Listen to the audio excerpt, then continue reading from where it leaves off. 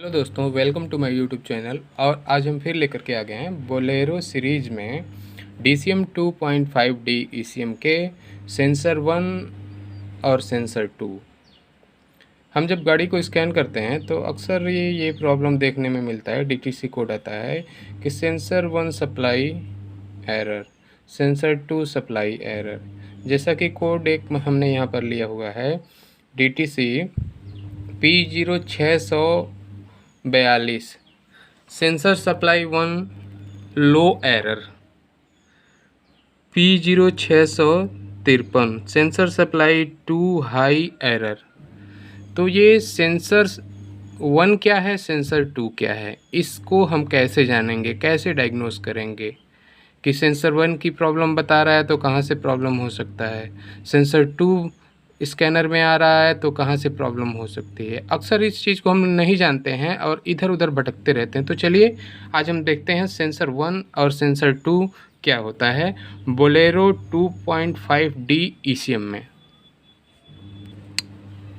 यहाँ पर बहुत ही ध्यान देने वाली बात है कि DCM 2.5D कुछ सप्लाइयाँ निकलता है सेंसर 1 के लिए और सेंसर 2 के लिए। सेंसर 1 कैटेगरी में कुछ सेंसर्स आते हैं, सेंसर 2 कैटेगरी में कुछ सेंसर आते हैं। सेंसर सप्लाई 1 में 5 वोल्ट 100 मिली एम्पियर की सप्लाई निकालता है सेंसर 1 ग्रुप के लिए।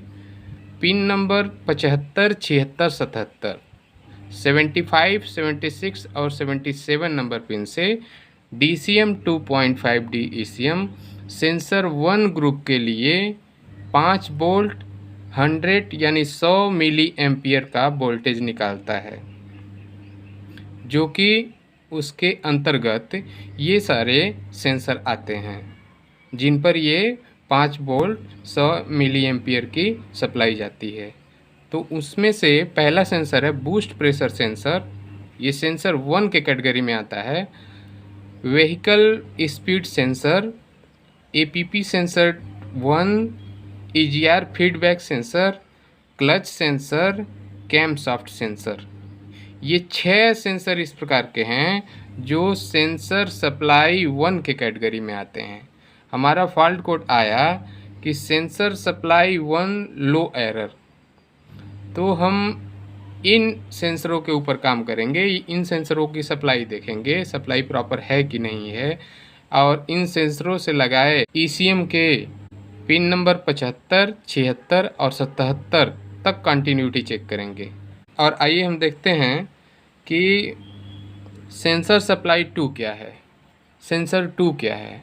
सेंसर 2 में ECM 2.5D ECM 5 volt 50 milli ampere का वोल्टेज निकालता है। सेंसर 2 के सप्लाई में DCM 2.5D ECM 5 volt 50 milli ampere supply निकालता है 78 यानी कि 78 नंबर पिन से।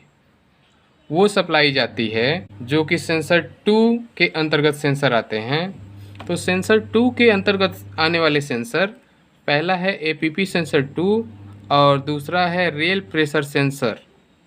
यदि इसमें इस प्रकार के किसी भी प्रकार की प्रॉब्लम है, जैसे कि हमारा ये है P0653, हमने डायग्नोस किया, स्कैनर से स्कैन किया और ये फॉल्ट कोड आया P0653, सेंसर सप्लाई 2 हाई।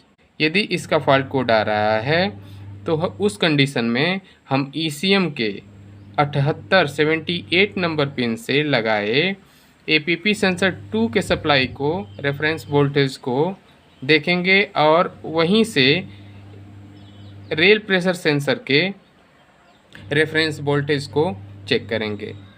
अगर ये दोनों कंटिन्यूटी हमारी पूरी है और सप्लाई मिल रहा है तो हम सेंसर को रिप्लेस करके देखेंगे, हमारी प्रॉब्लम दूर हो जाएगी।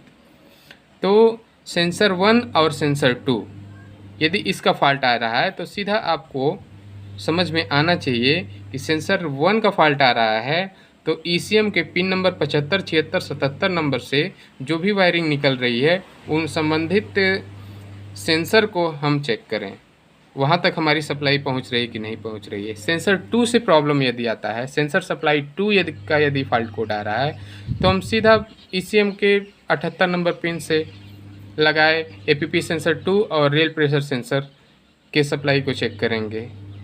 और ये रहे इसके कुछ फॉल्ट कोड जो कि प्रायः हम स्कैन करते हैं तो सेंसर 1 और सेंसर 2 के संबंधित डायग्नोसिस में ये फॉल्ट कोड आते हैं, जैसे कि P1642, P0653, P0652।